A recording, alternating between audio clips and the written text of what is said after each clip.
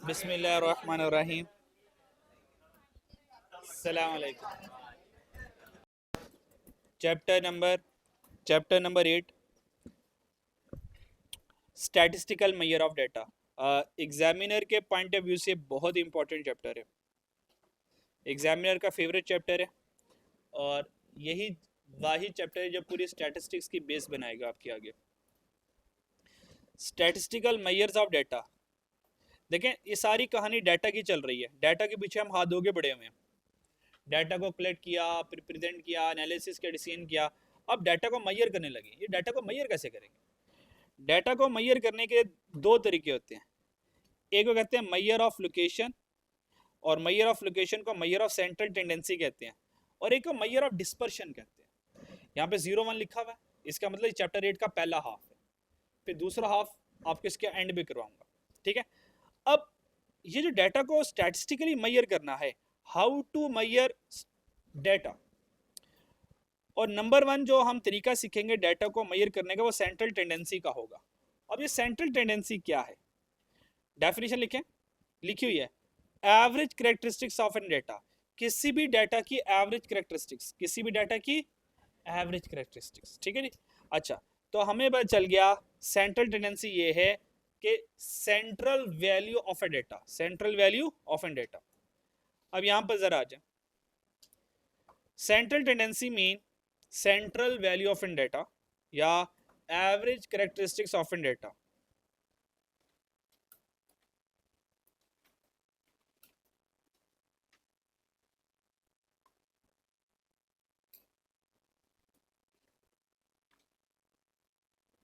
Central tendency का मतलब क्या? सेंट्रल वैल्यू, सादा सादा लफ्जों में बात कर रहा हूं, central value of a data, data की सेंट्रल वैल्यू। अब ये डाटा की सेंट्रल वैल्यू कैसे कैलकुलेट करें? इसको कैलकुलेट करने के बुजुर्गों ने 3 तरीके बताए हैं। इसको कैलकुलेट करने के बुजुर्गों ने कितने तरीके बताए हैं? 3 तरीके बुजुर्गों ने बताए हैं। Number 1,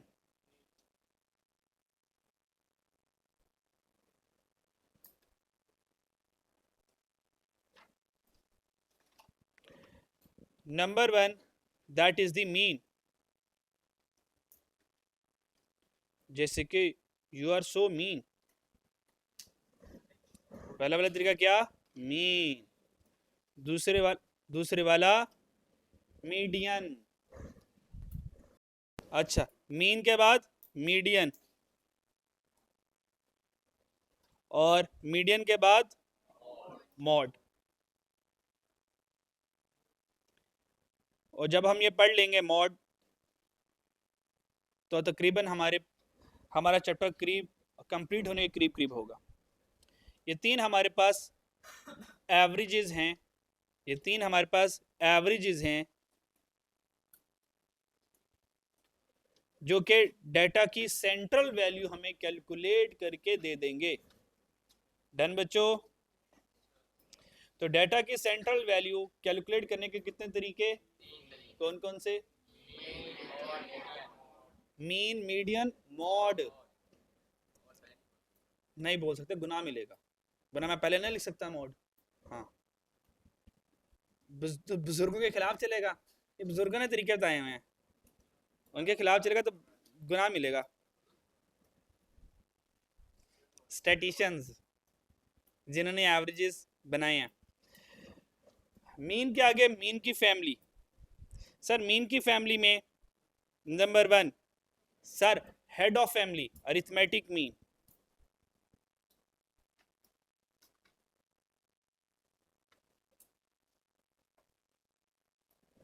arithmetic mean. Second number पे हार्मोनिक मीन। तीसरे नंबर पे ज्योमेट्रिक मीन। आपने आप लोग अपने सफ़े क्यों पलट रहे हैं? अच्छा जी, point number 4, point number 4 is weighted mean. Weighted mean, and point number 5 is the combined mean. तो मीन की फैमिली में 5 तरह के लोग रहते हैं। डन बच्चों। अब आते हैं median. Median and it's family. Median की फैमिली को जैसे हमारे होते हैं ना चौधरी, राणा, मलिक, है ना, मियाँ, है ना, हाँ, इस तरह मीडियन की फैमिली को फ्रैक्टाइल कहते हैं। मीडियन की फैमिली को क्या कहते हैं? फ्रैक्टाइल। इस फ्रैक्टाइल में 3 खानदान रहते हैं। मीडियन की फैमिली को क्या कहते हैं? और नहीं है, बस सिर्फ फ्रैक्टाइल, ज्यादा नहीं। फ्रैक्टाइल, फ्रैक्टाइल क्या कहते हैं मेरे भाई? फ्रैक्टाइल। भाई फ्रैक्टाइल में 3 खानदान रहते हैं। कितने खानदान रहते हैं? 3। नंबर 1 को कहते हैं क्वार्टाइल। नंबर 1 को कहते हैं क्वार्टाइल्स। सेकंड वाले को कहते हैं डिसाइल्स। और तीसरा को कहते हैं परसेंटाइल्स। डन बच्चों। ये क्या होते हैं ये मुझे भी नहीं पता, आपको भी नहीं पता, दोनों बराबर बराबर चल रहे हैं। मुझे खुद को नहीं पता तो ये क्या बताऊं मैं? जब मुझे पता चलेगा इंशाल्लाह आपको भी बताएंगे।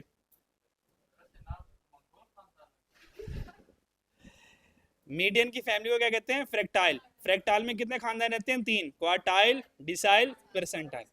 अब ये क्या होते हैं ये वक्त आने में पता चलेगा। आज तो सिर्फ एक मैं बर्ड आई व्यू बना रहा पूरे चैप्टर का।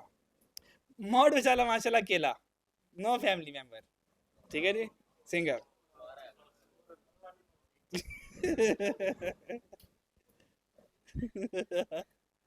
मोड़ के रिश्ते देख रहे हैं अभी। ठीक है जी, ओके। यहाँ तक इंशाल्लाह हमने पढ़ना है, फिर हमारा चैप्टर डन। डन बच्चों। Now firstly we start the arithmetic mean. So how we calculate arithmetic mean, what's a formula of arithmetic mean. Let's start. Okay done, चलें। अब हम अपने नोट्स के अकॉर्डिंग चलेंगे ताकि एक फ्रेमवर्क आपके माइंड में आ जाए कि हमने किस तरतीब से चलना है। तो firstly we will read mean and all its type, then median, then the mode. Okay, now mean. सबसे पहले कौन आ गया? मीन। मीन में सबसे पहले कौन है? Arithmetic mean. अरिथमेटिक मीन में हमारे पास एक रॉ डेटा होगा और एक अनग्रुप ग्रुप फ्रीक्वेंसी डिस्ट्रीब्यूशन का डेटा होगा। यानी कि रॉ डेटा का अलग से फॉर्मूला होगा और अनग्रुप और ग्रुप फ्रीक्वेंसी डिस्ट्रीब्यूशन का, यानी कि जिसमें फ्रीक्वेंसी डिस्ट्रीब्यूशन आ जाए, मतलब यहां से मुझे जो वर्ड्स चाहिए वो ग्रुप और अनग्रुप नहीं चाहिए। अगर फ्रीक्वेंसी आ जाए तो फॉर्मूला क्या होगा और बगैर फ्रीक्वेंसी के फॉर्मूला क्या होगा। अरिथमेटिक मीन का ये फॉर्मूला है summation x over n। This is the formula of arithmetic mean and x bar is the symbol to represent arithmetic mean. Got it? x bar am का symbol हो गया और formula क्या? Summation x over n। Summation का मतलब होता है सम। तो अरिथमेटिक मीन की डेफिनेशन क्या कहती है? Sum of all observation and divided its number. भाई x तो नंबर ऑफ ऑब्जर्वेशन होगा ना, सारे डेटा को जमा करो, नंबर ऑफ डेटा पर डिवाइड कर दो, सर अरिथमेटिक मीन आ गया। ये बाय डिफॉल्ट एवरेज यूज होता है। अरिथमेटिक मीन क्या है भाई? बाय डिफॉल्ट कौन सा एवरेज यूज होता है? Arithmetic mean. ये बाय डिफॉल्ट यूज होता है, यूज बाय डिफॉल्ट। यानी कि अगर कोई कहे ना आपको एवरेज कैलकुलेट कर लो, तो हम arithmetic mean he by default calculate कर रहे होते हैं। बात समझ आ रही है? रॉ डेटा के फॉर्मूले की जियारत कर लें और देखें याद होता है आपसे ये फॉर्मूला। ओके, स्टैटिस्टिक्स सारी गेम फॉर्मूलाज की है। सारी गेम किसकी है? फॉर्मूलाज की है। बहुत जगह पर मैं आपकी जिंदगी आसान कर दूंगा, बहुत जगह, लेकिन फॉर्मूलाज जिसको जितने अच्छे से आएंगे, स्टैटिस्टिक्स सॉल्व करना उसके लिए बाएं हाथ का खेल होगा। सही है? अच्छा, अगर हमारे डाटा में फ्रीक्वेंसी आ जाए, अगर हमारे डाटा में फ्रीक्वेंसी आ जाए तो फॉर्मूला थोड़ा सा बदल जाएगा फ्रीक्वेंसी के साथ। अगर फ्रीक्वेंसी आ जाए तो क्या करना है सर, एक्स और एफ को दोनों को आपस में मल्टीप्लाई पहले करवाएंगे, क्योंकि कोई साइंसदान भी बैठे होते हैं ना, साइंसदान वाला क्या कहेंगे, सर ये देखें मैथ का रूल, समेशन एफ से कैंसिल हो गया, सर वो एक्स ही मीन है ना। साइंसदानों का भरोसा नहीं होता वैसे। तो भाई हम डिमैश रूल फॉलो करेंगे, पहले एडिशन नहीं होता, पहले तो मल्टीप्लिकेशन और डिवीजन होती है। तो हम क्या करेंगे, एफ एक्स को मल्टीप्लिकेशन डिवीजन इकट्ठी होती, जो मर्जी पहले कर लो जी। उसको नहीं नहीं, मैं समझा रहा हूँ ना, मेरा सुन तू। फ्रीक्वेंसी और एक्स, असल में ये मुझे फॉर्मूला ना समझाने से पहले आपको डाटा की ज़ियारत करवा देनी चाहिए थी, ठीक है। डाटा की ज़ियारत करवाता हूँ, फिर फॉर्मूला को दोबारा याद करवाता हूँ।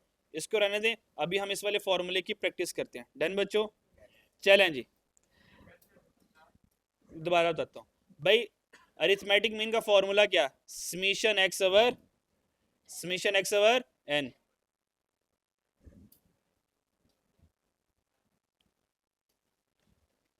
जैसे कि क्वेश्चन नंबर 1 में, अभी क्वेश्चन नंबर 1 सॉल्व करते हैं, इससे आइडिया हो जाएगा।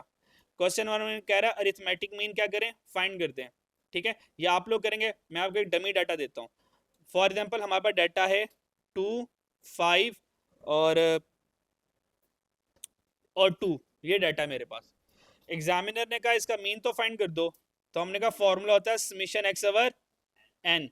समेशन एक्स का मतलब सबको ऐड करें, तो 2 + 5 7, 7 + 2 9। नंबर ऑफ ऑब्जर्वेशन कितनी है, 3, तो आंसर कितना आया, 3। तो 3 मेरा अरिथमेटिक मीन। पॉइंट्स में आ सकता है, पॉइंट्स में आ सकता है, पॉइंट्स में आ सकता है। मेरे साथ साथ चलना है, पीएचडी करवा दूं आज ही, आज चैप्टर 8 मुकम्मल करवा दूं मैं सारा। हाँ, मेरे साथ साथ चलना है। अगर पॉइंट में आ रहा हो तो आने दें, कोई टेंशन नहीं है हमें। पॉइंट में आ जाए, पॉइंट में ना आए तो कोई परेशानी नहीं है। सही है जी। अब मुझे क्वेश्चन 1 सॉल्व करके बताएं, इसका आंसर क्या आता है। 5 पॉइंट समथिंग समथिंग नहीं करना, मुझे एग्जैक्ट आंसर चाहिए। कैलकुलेटर पकड़ें और आंसर बताएं। 5 point, please confirm this answer. 5.16। भाई फॉर्मूला क्या आया इसका, समेशन एक्स ओवर एन। भाई समेशन एक्स में तीनों को ऐड करें तो number of observation, answer is 5. बस हमेशा अपने 2 डेसिमल में मुझे आंसर बताने हैं। भाई डेसिमल में आ गया, आत्मा को शांति मिली। चलो बस थोड़ा सा सब्र रखना है, आप तक सब पहुंचेगा, जज्बाती नहीं होना। सही, जज्बाती बच्चे को मैं नहीं चला पाऊंगा, वो कहने सर मुझे इसे भी आगे बता दे, सर मुझे इसे भी आगे बता दे। सब्र करते रहे वैसे, इंशाल्लाह सब कुछ आप तक पहुंच जाएगा इंशाल्लाह।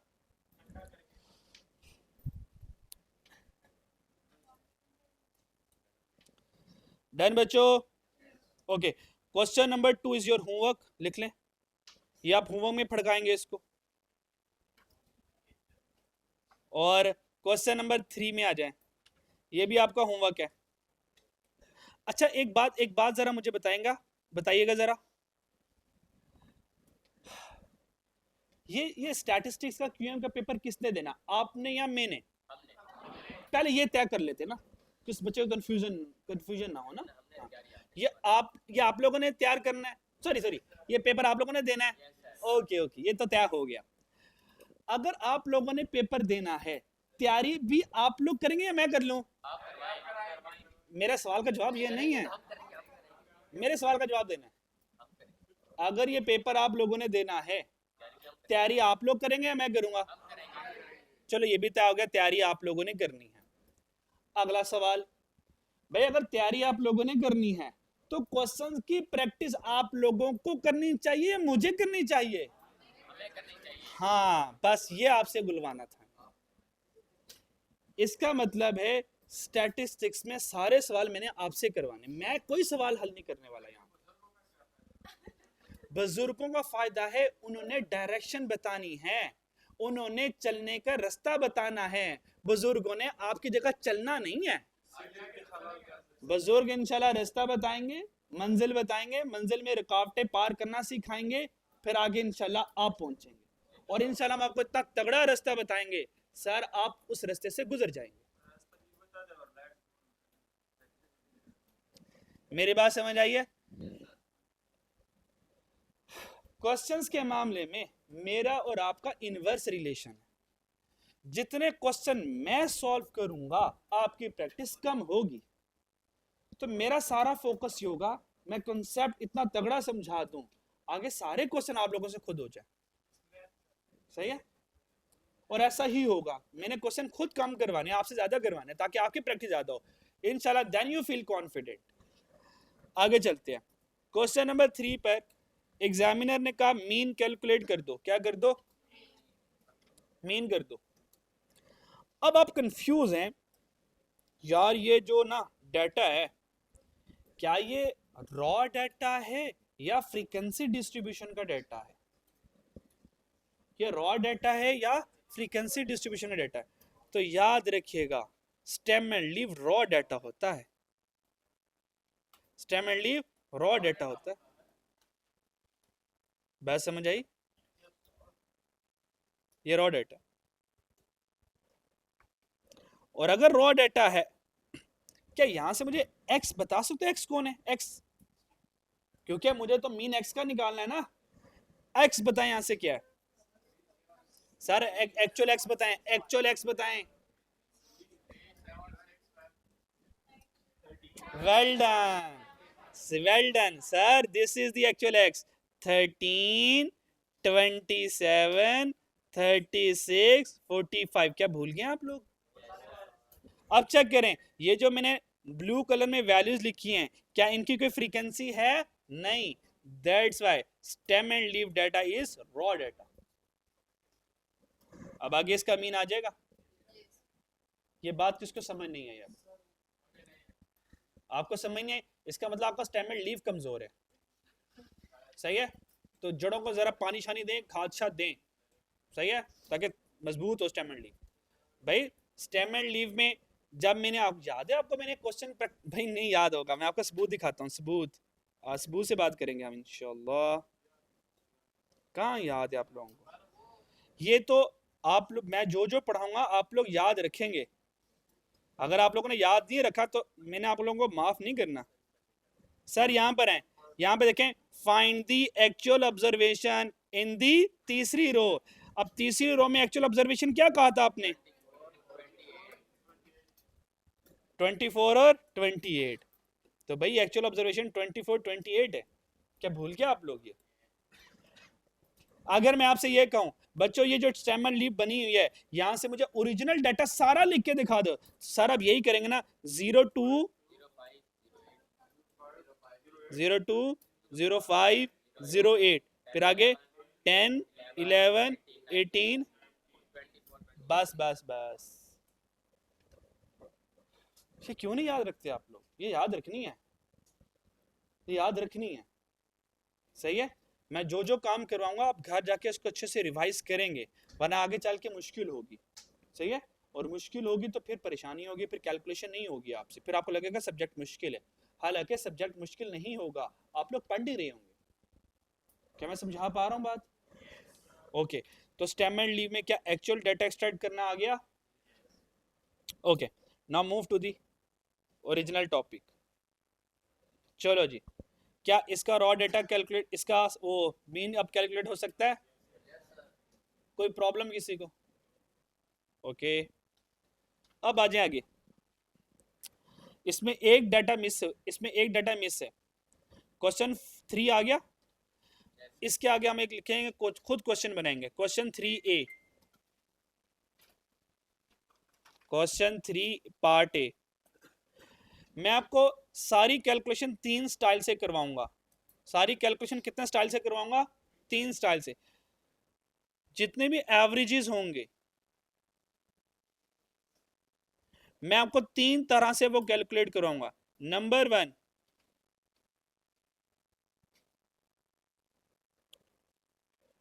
1, फॉर रॉ डाटा, यानी कि अगर रॉ डाटा हो तो उसका एवरेज कैसे कैलकुलेट किया जाता है? Number one is discrete frequency distribution, number one. Number two is discrete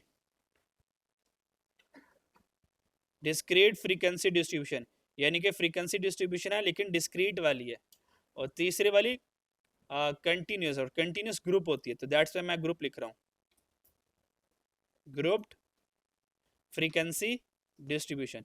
तो हमेशा मैं 3 तरह से आपको कैलकुलेशन करवाऊंगा, ठीक है। रॉ डेटा कैसे होता है, जैसे कि 2, 5, 6, 8, ये मेरा रॉ डेटा हो गया, डन। डिस्क्रीट फ्रीक्वेंसी डिस्ट्रीब्यूशन कैसी होती है, एक तरफ x आ जाएगा, एक तरफ f आ जाएगा। x में लिख लेते हैं 1, 2, 3, 4, और फ्रीक्वेंसी में लिख लेते हैं 2, 4, आगे बोले 2, 4, 8, 2, 4, 8, 11, ठीक है जी, 2, 4, 8, 11, यार 11 ही था वो, बस थोड़ा सा टाइम हो गया। और ग्रुप फ्रीक्वेंसी डिस्ट्रीब्यूशन कैसे होगी सर, उसमें ग्रुपिंग होगी, क्लासेस बनी होंगी, और यहाँ पे होंगी क्लासेस में 0 to 5, 5 to 10, 10 to 20, हो इक्वल रखना है यहाँ पे सारे इंटरवल। वो इक्वल और अनइक्वल वाली बात ख़त्म हो गई, अब वो हमारी ज़िंदगी में दोबारा नहीं आएगी। 2, 5, 2, 5, 7, 7, 3, 10, 10 कर लेते हैं, 3 कर लेते हैं यार। हमेशा मैं सारे एवरेज इन 3 डाटा से 3 तरह से कराऊंगा आपको हमेशा, डन। क्या मैं आपको arithmetic mean for raw data करवा चुका, अब मैं आपको अरिथमेटिक मीन फॉर डिस्क्रीट करवाऊंगा, फिर arithmetic mean for group frequency distribution करवाऊंगा, डन बच्चों। दूसरे वाला डाटा यही ले लेते हैं, दूसरे वाला डाटा यही ले लेते हैं, डन बच्चों, कोई परेशानी तो नहीं है आपको। सेकंड वाला डिस्क्रीट फ्रीक्वेंसी डिस्ट्रीब्यूशन आ गई हमारे पास।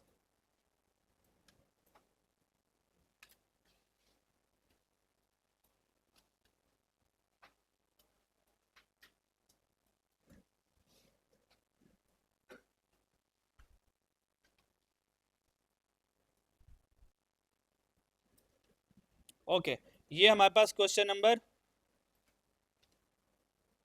3 आ गया।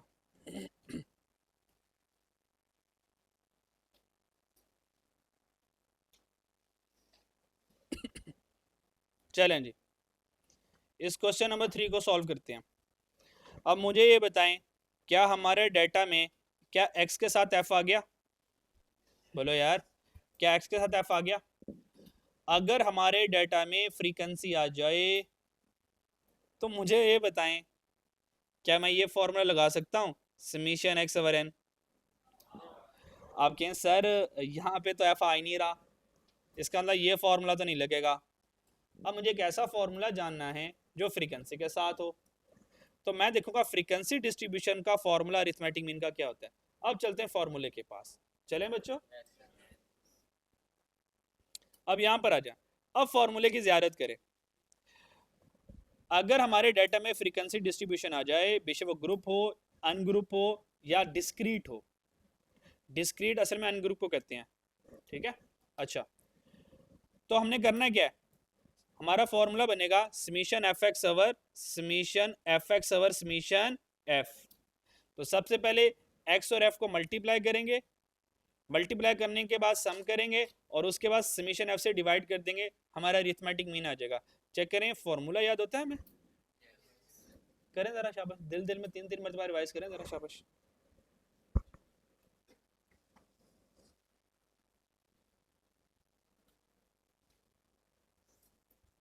और मैं जो होमवर्क दूंगा, ज़्यादा होमवर्क नहीं दूंगा, 2-2, 3-3, 4-4 सवाल होंगे, इससे ज़्यादा नहीं होंगे, और मैक्सिमम आपका होमवर्क हुआ करेगा कोई 20 मिनट का, तो ये वाजिब आप लोग करके आएंगे, नहीं तो इंशाल्लाह उल्टा टांग दूंगा आप लोगों को। सर ये प्रोजेक्टर इस वजह से तो लटकाया है ताकि आपको इस पर लटका सकूं। वो सर हमारी सर दर्द, आप लटकने तैयार हों जरा, आप इरादा करें, इंशाल्लाह लटका देंगे आपको, सही है। क्या क्या बताना है भाई, ये एफ और एक्स को मल्टीप्लाई करना है और समीशन, उसके बाद सम ले लेना है, फिर डिवाइडेड बाय समीशन एफ कर लेना है। इस फॉर्मूले को मैंने कहा सिर्फ याद करना है आपने, ये याद करना है बस। अब याद कैसे करना है ये तो मुझे नहीं पता। याद हो सकता है ये summation f x over summation F, 3 बार रिवाइज करें ना, summation f x over summation f.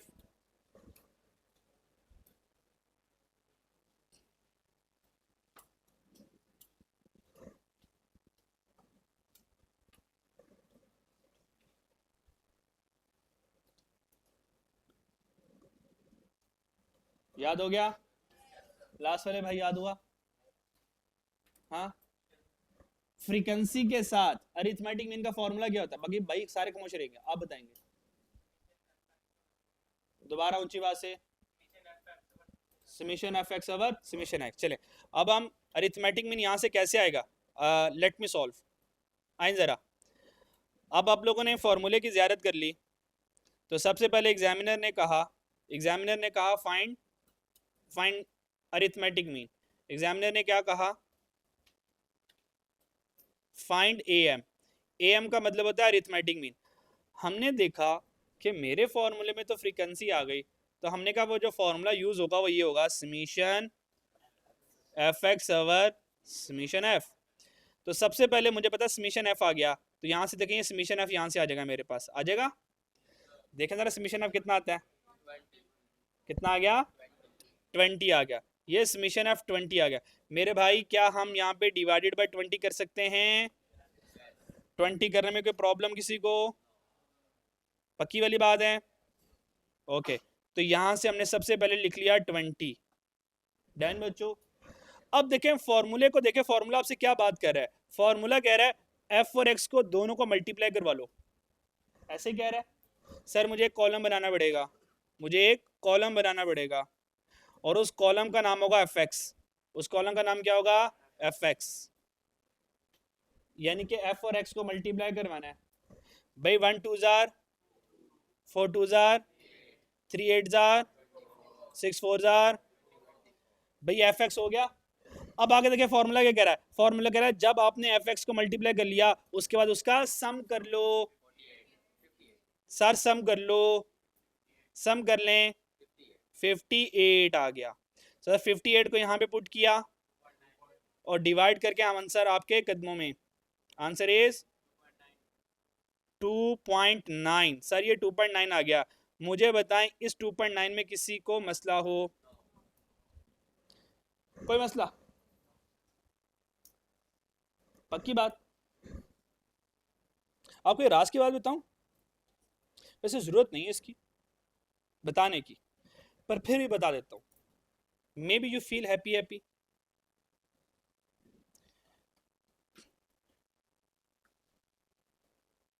X में 1 2 3 है मान लें, और फ्रीक्वेंसी में पास है 2 1 और 2 कर लेते हैं। क्लियर? जरा मुझे इसकी frequency distribution arithmetic mean find करें। Find arithmetic mean, find A M. जल्दी जल्दी शाबाशी मत करें, इसका अरिथमेटिक मीन फाइंड करें। क्या आंसर आ गया? 2 आ गया। पक्की बात है?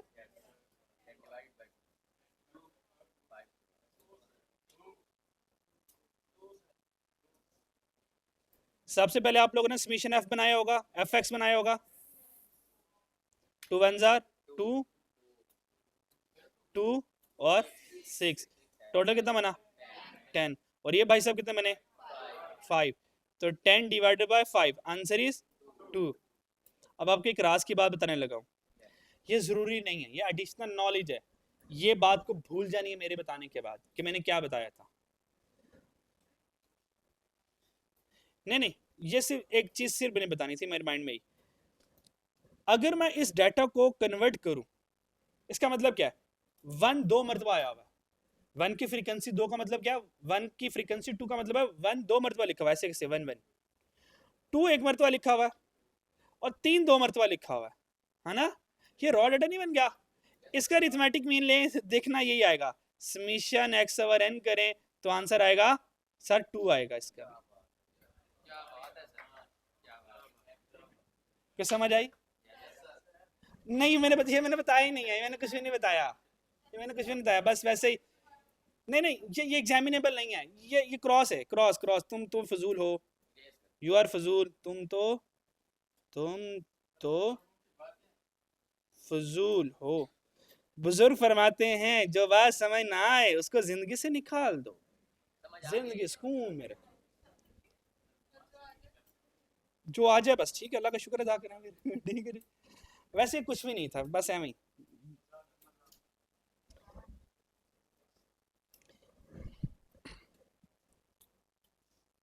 अच्छा मैं बता देता हूँ, ये देखें, आपको कहा था कि जो हमारा रॉ डाटा होता है ना, इसको फर्दर प्रेजेंटेबल मीनिंगफुल फॉर्म बनाने के लिए फ्रीक्वेंसी डिस्ट्रीब्यूशन बनाते हैं, यानी कि डाटा आसान हो जाए। हालांकि जो फ्रीक्वेंसी डिस्ट्रीब्यूशन बनी होती है ओरिजिनल रॉ डाटा से ही बनी होती है। तो देखें, अगर फ्रीक्वेंसी के बगैर वाला फॉर्मूला लगाएं तभी अरिथमेटिक मीन वही रहेगा, और अगर फ्रीक्वेंसी के साथ वाला फॉर्मूला लगाएं तभी अरिथमेटिक मीन वही रहेगा, यानी कि डाटा का मीन चेंज नहीं हो सकता, बेशक वो रॉ है, बेशक वो डिस्क्रीट है, बेशक वो ग्रुप बन जाए। बस ये कुछ समझाने की कोशिश की थी। वैसे टेंशन इसकी नहीं लेनी, बस मुझे आपको ये सिखाना है, अगर ये डिस्क्रीट डाटा आ जाए, क्या आप ये 2.9 तक पहुंच सकते हैं? यहां तो कोई प्रॉब्लम किसी को? चलो, लास्ट हमारा डाटा रह गया, वो ये है, ये ग्रुप। भाई ग्रुप डाटा की ज़्यारत कर लें। ये क्लासेस नज़र आ रहे हैं 0 to 9, 5, 10 to 19, 8 नज़र आ रही हैं सर? ये आपका होगा होमवर्क में, मैं आपको डेमो क्वेश्चन करवाऊंगा, सही है? चलें, क्लास का टाइम खत्म हो गया, कल इंशाल्लाह ताला यहाँ से ऑनवर्ड स्टार्ट करते हैं। तो अभी मैंने दो जो क्वेश्चन दिए थे, बस यही आपका होमवर्क है, ठीक है? हाँ, नहीं नहीं, क्वेश्चन नंबर 4 अभी नहीं करना, क्योंकि अभी मैंने आपको ग्रुप वाला समझाया नहीं है। वैसे आप कर सकते हो, ठहरे ठहरे ठहरे, रुके रुके रुके भाई, 2 मिनट दे दे मुझे, ये 2 मिनट में ग्रुप वाला डाटा करवा देता हूँ, टेंशन ना लें। सर मैं कहता हूँ 2 मिनट मैंने ज्यादा कह दिए हैं सर, 1 मिनट, 1 मिनट दे दे मुझे। ये आपका ग्रुप डाटा नजर आ रहा है? अच्छा, अब आपने फ्रीक्वेंसी को देखा, तो आपने कहा फ्रीक्वेंसी तुम आ गए हो, और एग्जामिनर ने कहा फाइंड अरिथमेटिक मीन, तो हमने कहा फ्रीक्वेंसी तुम्हारे आने से फॉर्मूला बन जाता है mean is equal to summation f x over summation f. अब हमने देखा हमारे डाटा में सिर्फ एक्स मिस है, फिर हमें चैप्टर 7 की याद आई। हमने कहा एक्स, तुम तो मिड पॉइंट हो, तुम तो मिड पॉइंट हो। हमने कहा मिड पॉइंट चाहिए, हमने कहा यार वो तो हमें बचपन से फाइंड करना आता है। तो हमने क्या किया, एक्स को फाइंड कर लिया। भाई 0 to 5 का मिड पॉइंट क्या बनता है? 2.5। और आगे शॉर्टकट सिखाया था, इंटरवल 5 का है, 5 पॉइंट ऐड करते रहे, 5 2.5 ऐड करें तो 7.5 प्लस 5 तो 12.5। लो एक्स और एफ आ नहीं गया यार, ये तो दोबारा डिस्क्रीट डाटा बन गया। ये देखो एक्स और एफ, है ना? आगे तो उसको चलना आता ही है, आगे चलना आता ही है। इसके मतलब हमने क्या सीखा आखिर में? ओ सॉरी सॉरी, वो 10 to 15 है, आखिरी वाला 10 to 15 है, ठीक है? तो जो ग्रुप डाटा होगा उसमें एक्स नहीं होगा। सर मिड पॉइंट से एक्स को जिंदा कर लें, जब एक्स हो गया अब चेक करें, ये स्टाइल डिस्क्रीट नहीं बन गया सारा? और आगे आप क्या करेंगे सर? एफ एक्स को मल्टीप्लाई करेंगे और आगे आपको पता है कैसे चलना है। डन हो गया। अब क्वेश्चन नंबर 4 जिंदा हो गया। अल्लाह हाफिज।